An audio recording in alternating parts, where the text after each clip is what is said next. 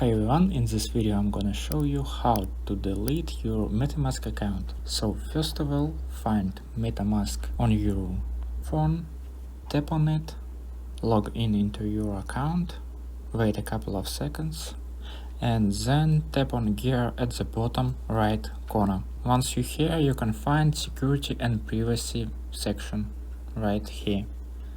There you go, and then you can scroll down until you find Delete Wallet, and this will remove all wallet related data from your device. Your account exists on the blockchain are not related to MetaMask, and also you can always recover your accounts using your security recovery phrase. After tap on Delete Wallet, and in the new window that appear, you can tap on I understand, continue. That's it, I hope it helps. If you find this video helpful, please consider subscribe to our channel and give it a thumbs up. And also you can watch this new video over this playlist about MetaMask. See you next time.